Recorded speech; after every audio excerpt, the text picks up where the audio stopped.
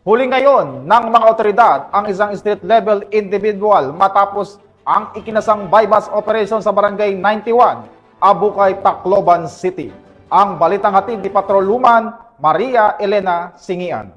Katuboso ang isang street-level individual sa ikinasang bypass operation ng mga operatiba sa Barangay 91, Abukay, Tacloban City. Bandang alas 6:07 ng gabi ng ikasang operasyon ng mga tauhan ng Tacloban City Police Station 2 Station Drug Enforcement Unit sa koordinasyon sa Philippine Drug Enforcement Agency A. Nakumpiska sa sospek ang 5 pakete ng hinihinalang shabu na may tinatayang timbang na 5 gramo na nagkakahalaga ng 34,000 pesos, isang genuine 500 peso bill kasamang isang pirasong 1,000 peso bill na ginamit bilang bypass money at isang coin purse. Mahaharap ang sospek sa kasong paglabag sa Section 5 at 11 Article 2 ng RA 9165 o Comprehensive Dangerous Drugs Act of 2002. Patuloy ang Tacloban City PNP na magsasagawa ng mga operasyon upang linisin ang komunidad laban sa legal na droga at iba pang uri ng krimen upang matiyak ang kaayusan at kaligtasan sa ating bansa. Dahil sa bagong Pilipinas, ang gusto ng pulis, ligtas ka. Mula dito sa Eastern Visayas, ako ang inyong PNN correspondent, Patrolwoman Singian.